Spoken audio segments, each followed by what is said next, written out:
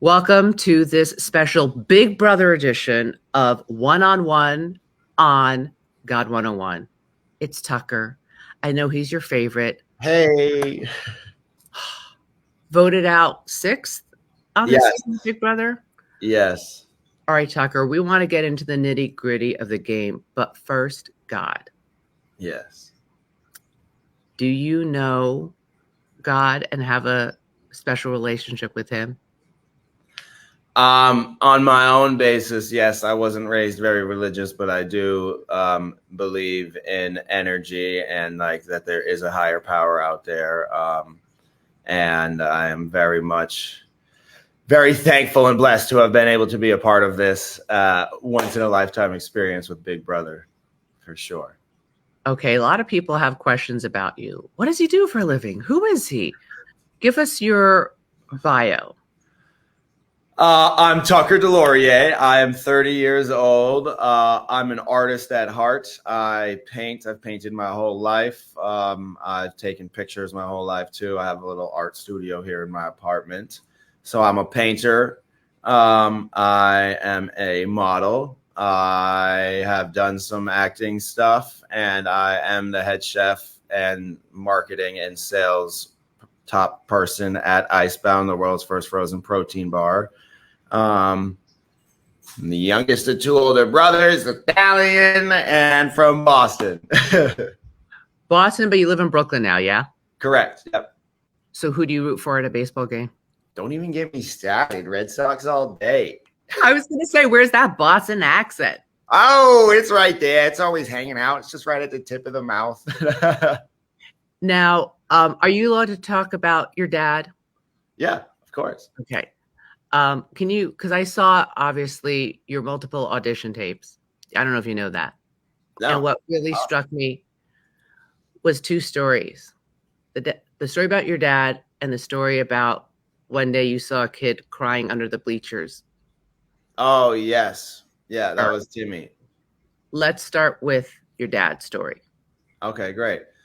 Well, my dad came out in 2006. And that was kind of before it was ever really openly and comfortably talked about online and on TV and whatever. So when my dad came out, it was us brothers. We were good at sports. We were popular in school, whether it was for being athletic or smart or a class clown.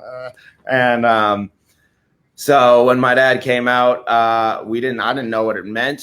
I just, my dad's just this big, hairy Italian dude that has his own company and likes to cook. So I just had no idea. I was ignorant to what it meant. And once he came out, my parents were talking about how that they still love each other. My dad said he was still head over heels in love with my mom, but he had to be true to himself. This is where the to thine own self be true really grew on me. And throughout this whole thing, it was hard. It was tough. People stopped sitting with my dad at baseball games, at soccer games. People stopped coming over, friends, parents stopped sitting next to him. And that's when everybody would throw those words out there to describe things, being like, oh, that's so blah, blah, blah, or you're so blah, blah, blah. And, yeah, that's when my brothers and I started sticking up for our dad, maybe not in the most responsible way, but we would, you don't know what to do. We would get physical with people and sort of bully them back and let them know that, words do hurt a lot more than sticks and stones. And,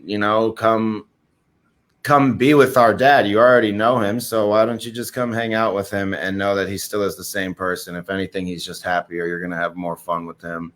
And that's exactly what ended up happening. Everyone in the town stopped really saying those words. And, of course, people slipped up here and there, but we were a lot more forgiving then and less aggressive. I remember my dad saying one day, I don't need you to stick up for me, because we were getting ourselves in precarious situations, and that whole day and those words really stuck with me. And then, you know, everyone started coming back over. My dad remarried Jorge. My mom remarried Doug. And it was one big happy family all over again. And, you know, we always credit it to the fact that my parents always led with love.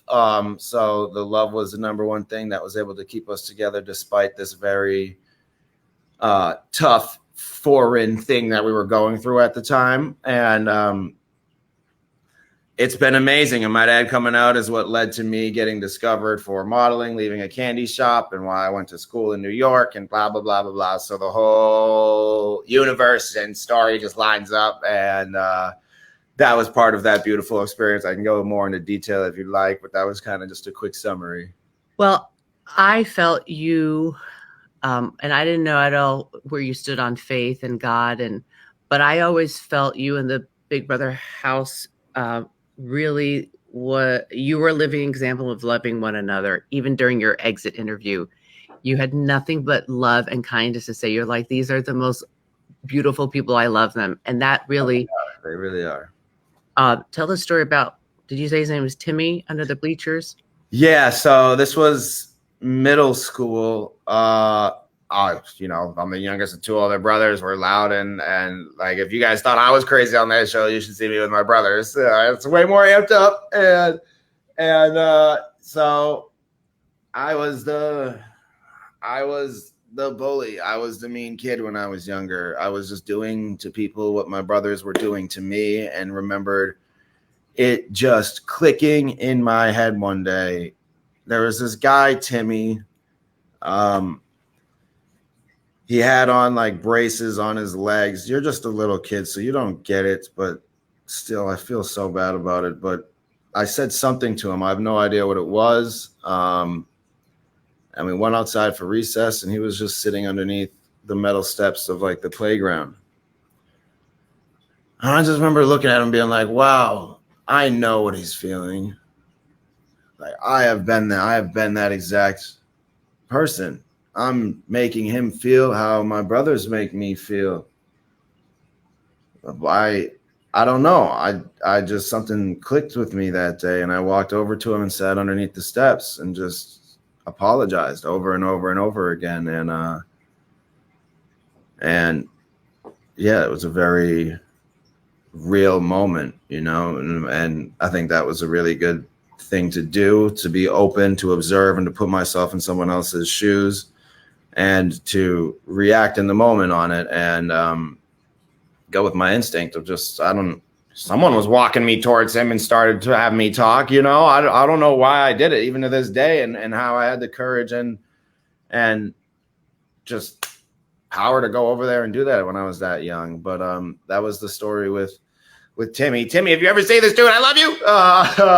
But no, it was just a big moment for me in my life to realize I was putting out the energy that I was receiving from my brothers at that point, because we would just bully and beat each other up. We're very close and loving now, like unstoppable.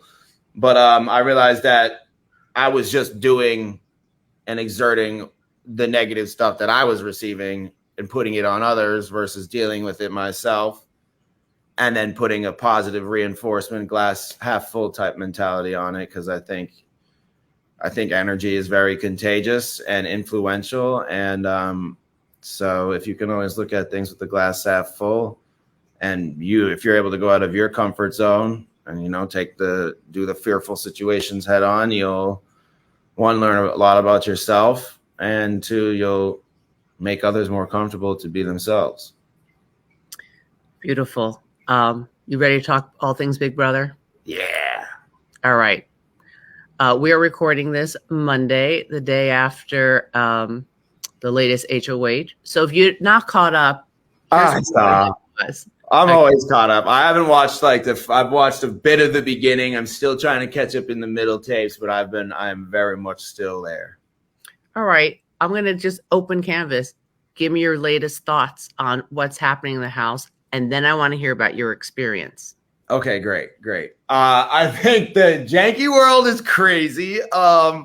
would have been fun to be there. Would have been fun to do it for a day, maybe 2, but not 5 days. So good luck, guys. You're crushing it. I was insanely impressed and proud of Leah for winning that and doing it for almost 10 hours. Oh, man. And Cam, you were this close. But no, everyone, But wait, Angela was also in the final 3, and she looked rock solid. Who were you rooting for when it was down to the 3 of them? Cam. I was rooting for Cam, and then Leah, and then Angela. So it's, I'm gonna be super happy regardless of whoever wins. Of course, I want Rubina or Chemo or T-Core to win. But I feel so near and dear and close to everybody in there that it's gonna be one of your best friends is gonna win something crazy, and all the other ones are gonna come close. So you can't be upset. It's just very exciting, and I'm bummed that it's Rubina and Chemo up there again. The veto things are nuts. How Angela has one, and so does Leah. But Leah can't use hers unless Angela uses hers. I'm like, oh my God, what is going on? Okay, wait a minute. That portion we have to air because that hasn't aired yet. I'm such a spoiler person. I'm learning about it. Sorry. That just tells me we air this after Wednesday, so we'll air it Thursday morning. Okay. And we'll tell people because we already said spoiler alert. Yeah, sorry. No, I love your passion. All right. Did the experience of Big Brother change you as a human being? Yeah, absolutely. It changed me all for the better. It has made me I've learned a lot more about myself and a lot more about other people. I've learned that one, I can do it. I know I can break that curse. I'm even more encouraged and inspired to get back there and do it. I know I can push myself a lot harder than what I was expecting. I know that I love the life that I've lived. I'm very grateful for all of it. I love the fact that I get to have that experience with a lot of people. It's allowed me to be a lot more patient, allowed me to learn that phones are pretty terrible. When I first got back, everyone was hanging out, and then all of a sudden it just went quiet, and I looked around and everyone was on their phone, not talking. And I was just like, this feels so wrong. I've learned that everybody is unique and different, and I could see this cup as a white cup. Others could see it as a vanilla, a manila, all these different colors. Everyone's perception is a little different, and the more that you can try to understand other people's perception, the more that you can learn about yourself. The easier the world and life will be, and that never judge a book by its cover. Everyone in there is incredibly talented, athletic, and smart, and never sell yourself short. Always be pushing yourself. We have just over a minute left. What was the reaction from the public and friends and family when you came out of the Big Brother house? It was crazy. The second I was in the airport in Los Angeles, I was getting stopped going through security. When I landed in Boston, my dad and brother picked me up. There was people there FaceTiming their friends and family coming up to me.